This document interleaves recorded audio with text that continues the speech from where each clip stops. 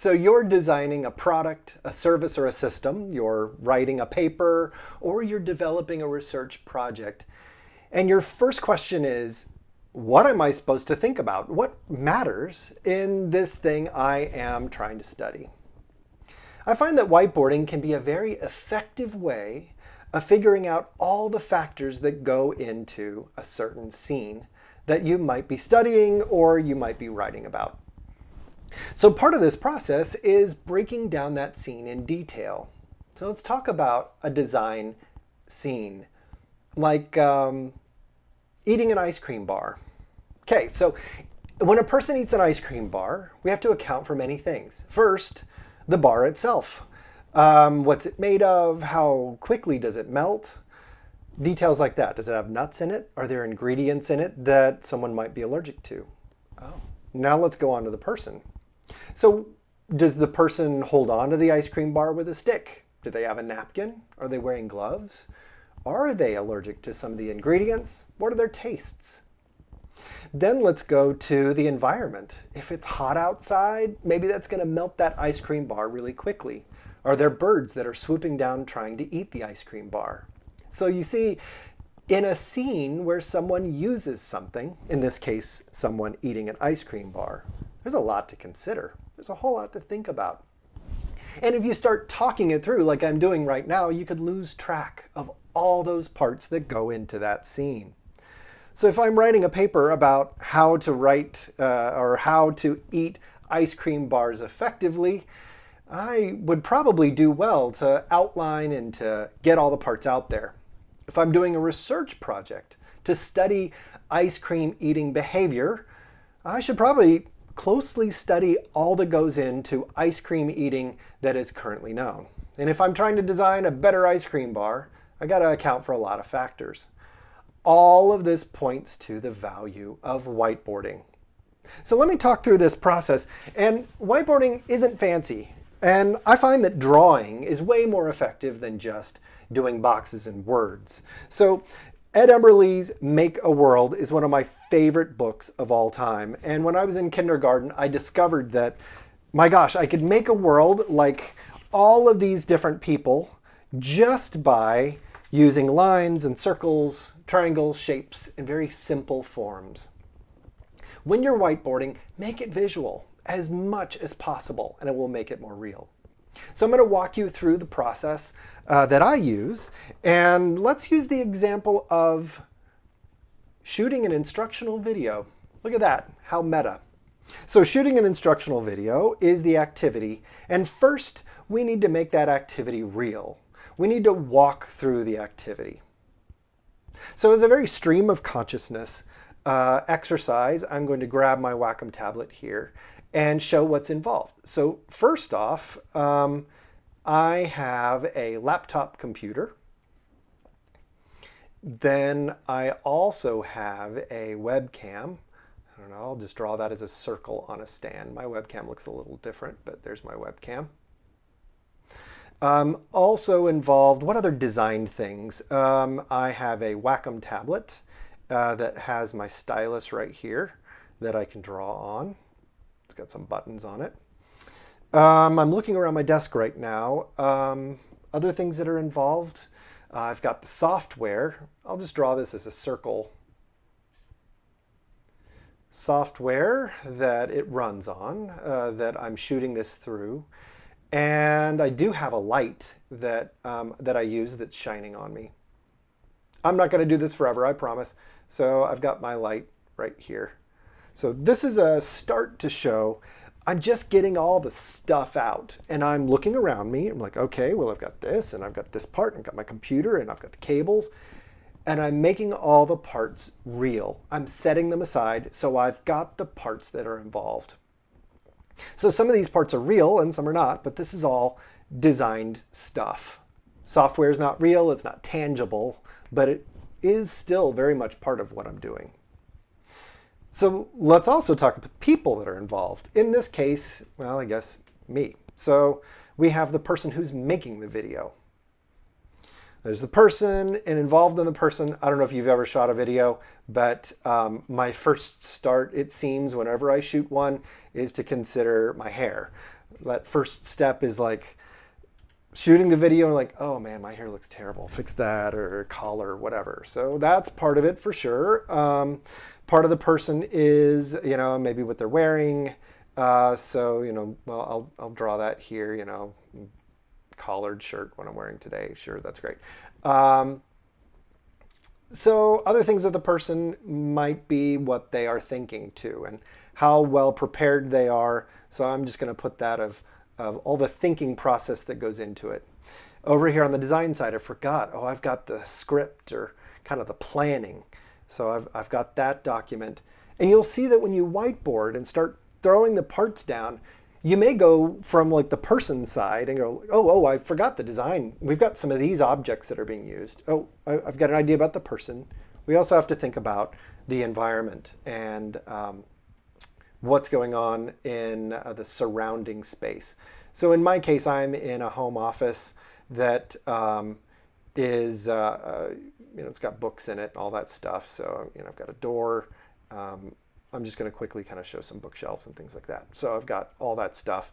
I might have a dog walk in and interrupt in a moment. So you may see her. There we go. What other factors? Certainly there's you, kind viewer. All three of you in the world, no, four of you are probably watching this video. So there's four of you that are watching the video. Certainly are a factor in it, because while I'm making the video, I'm thinking of you. So in this whiteboarding activity, we're just trying to get all the parts down that go into making an instructional video like I have right here. Oh, one more. Eventually I'm going to have YouTube that's part of this. So I've got YouTube. I'll just draw an icon for YouTube that's pretty well used. And I guess part of this is going to be the web. So I'll just do www. So now I have the web right there, and YouTube is connected to that one. So your first step in doing a whiteboard activity like this is to draw and indicate all of the parts. You'll notice sometimes you think of a part and that part's connected to other parts and that part's connected to other parts. So my computer actually has the software inside it. So inside the software, my gosh, we have buttons and we have dialog boxes and we have all the interface that goes into the software. I've got my camera. Ooh, I forgot my microphone. So this is my little lapel mic right here with the clip. So that is very much part of it too. So I've got a camera, I've got my camera, I've got my light, I've got my webcam. This is my Wacom tablet. My desk is very much part of this. I am working on a very small desk, and so space is very constrained. So I'm going to draw that desk there. So do this activity and get all the parts out. Are some items or some part of this connected to others? Are some dependent on others? Do some work well or some not working as well? Get it all down. Now that you've got it down, now that you can start to categorize some of these items. One thing I'm thinking about that's related to me is time. Time is very much a factor because I need to get this done in a certain amount of time. I also need to make sure that this video is not so long that you will leave, kind viewer. So time is a factor here. Let's categorize some of these. Now I'm going to go back and forth on some of this process. So this is person and this is real. This one is thinking. Well, let's just say that. This is my script. Really, this is heavy on thinking. A lot of thinking goes into planning a script. This is maybe a material. The desk is a material. My Wacom tablet's a material. This is a material. This is a material. So I've got my light. I've got my microphone. See here how I am categorizing these things. I'm putting an E for environment. Categorize all the parts and figure out how they go together and how they might be related in ways you don't quite expect. But continue to expand your universe and expand the idea very broadly to get as much as you can. So let me categorize the rest. These are recipients, maybe people who are receiving the content or using. Actually, let me take that back. A better way to categorize that would be using. These are my users, folks who are using it. This is and I'll just say an A for an actor. The dog's kind of part of it or not. Maybe the hair is vanity. Time is a constant in this one. I'm going to say it's a resource because I use it and I can spend it. YouTube feels like a resource. The web feels like a resource because I'm going to use that over and over again. My computer is a material. And as you do this categorizing activity, you may find that some categories you'll go back on. You're like, oh no, that category didn't work. So I'm going to do a little key for myself. If I were whiteboarding on a whiteboard, I'd write these down almost as a key. It's like we're mapping. Environment, actor, pardon my writing on screen here, person, vanity. So just an example how I'd write those out. So when you categorize things, then you can start to reorder them because categorizing puts things into lumps and sometimes it leads to discovery. So I'm going to use Photoshop here and grab a selection tool. I'll use just the lasso tool here. So I'm going to loop around this resource and I'm going to move it over here. Any other resources? Let's see. I'll use my lasso tool. Thanks for sticking with me. I'm going to take that one and put it over here. And then materials, I can take, no, I want this tool here. I'm going to put materials over here. Let me grab this material and put it down here. And this material and put it down here. Just marking all my materials, putting them into one group. If we were on a real whiteboard, then you'd erase and kind of move it to another part of the board, but I'm trying to draw these big so you can see the process as I go. This is my microphone, and then almost done getting all my materials together into one spot. Resource, the software really is a material as well. I needed my lasso tool to grab that because I kind of drew that in kind of a funky way. So that's a material. So you'll see here you're starting to get the parts and putting them into their sections. So here are my resources, here are my materials. Time is a resource as well. Vanity is part of my person or my instructor. And that would be connected, actually, the dog is actually part of the instructors, part of the person who's making the video, because I would say the dog is a person or a being that they're thinking about. So we've got our person who's creating this.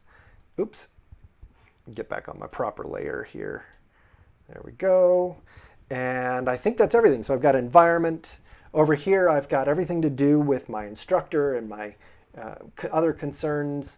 I've got the thinking that's involved in making a YouTube video. You've got all the materials. There's lots of materials. All my resources up here.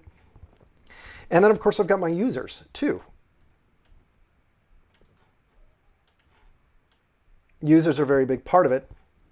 And as I'm going through this, let me think about the users. I really need to consider them as part of this. Users in this case, what do I know and not know about them? Well, some people need to have different abilities. So I've written or drawn my diverse users here, and they're different colors and different, let's make sure we draw them with different shapes and sizes. I've got really tall and skinny and different body types and maybe a wheelchair and different people with different mobility and different ages, so that's all implied. And with these folks then, I'm going to have characteristics. Perhaps vision is a concern. Perhaps we have an issue where they may need help in hearing. This is an ear, not very well drawn, but that symbolizes hearing. So these are characteristics of my different users, of my different people that I might need to account for when I make my video. Okay, so as you see, we're figuring out lots of parts that go into making an instructional video. So what does it mean for design? What's our next step? So I'm going to let my dog out, which gives me an example to show very much part of me making a video. But then also, this next step is we've got materials. So if I'm writing a paper about making an effective YouTube instructional video, I need to write about all these materials and talk about how they are part of the process. Some materials work better than others. Some materials are essential to make a great video, things like that. If I were writing a paper, I'd talk about resources. Time is a factor. A really long video that's 16 minutes and 21 seconds is not something somebody would watch unless they're really interested. Make a short video. See, I'm writing about the resources. Also, I could write about the person. When making a video, consider a person's hairstyle and if they're all made up and they feel confident while they're presenting. So see, we could break this down in a paper. We could also do a research project using this. If I were researching making YouTube videos, then this whiteboarding activity might help me go, well, what kind of thinking and planning goes into making an effective video? I'm going to do interviews and focus groups with people who develop videos and learn their process of making an effective video. What are they thinking? How do they write out a plan? What's the process that goes into that? Or maybe I want to research, what's the makeup of users who actually watch these videos? How are they able to view these videos easily? What kind of devices do they watch them on? What do they do with them? How do they save them? Things like that. Whiteboarding reminded me that these users have many, many different features and characteristics that I need to account for. If I'm designing something, well, I would say, you know what? There's a material missing here. What if we made a light and a camera all in one to give YouTube video creators a better experience or a tool that would work more effectively, that would plug into their computer or would sit on a small desk? So as a designer, by mapping out all these parts, I might discover, you know what? I think we could make something better to help users and help producers make more effective videos. So whiteboarding has a few steps that I've shown here. The first one is walk through the activity. Draw it out. Think through the steps that go into making or using something, in this case, making a video. Second, categorize. Categorize each part. Tab them with color or draw them on Post-it notes or however you like. But categorize them in ways that allow you to group them and put them into different pods. Sometimes that'll help you find factors you didn't think of, and sometimes it'll help you to find structures or relationships that are missing or that could be fixed. Then I'd say the last step, and I'm not going to show you here, is show relationships. Right now the person and the hair might be connected to time. I do know that before I make a video, I'm like, well, I got to take a shower today and wear a decent shirt because I don't want to shoot something in a t-shirt just because I want to use this video long term. So a shower was actually involved today in me making this video. Also though, closed captioning is involved. Where I host the video and how I develop it are all examples of how it's related, how parts of the problem are related to one another. I can't make a video without having electricity. Electricity is a resource and it affects if I can make it. So those connections between items are very important when designing, when researching, or when writing a paper. Whiteboarding doesn't have to be fancy. It can be done with very simple drawings. But what it does for you is it makes your thinking tangible. It starts to put all those parts out into the world and allows you to start to move them around. I think it's why designers use whiteboarding, they use post-it notes and other techniques to figure out their thinking. But I think it goes beyond just design. It makes your ideas real and it makes them tangible. And I know for me as an instructor, when learners show me a visualization of all the complexity that goes into something, I can better give them feedback on where they might be thinking too heavily, factors they might be missing. And a lot of times when I see a well-expanded visualization, I'm blown away by the depth of their thinking and allows me to partner with them better in exploring, okay, what can you do with this? What can you make? And how can you make this a better experience for people who are using these outcomes? Visualization, drawing simple things, mapping out experiences, and discovering what needs to be designed, how to write effectively, and also how to research.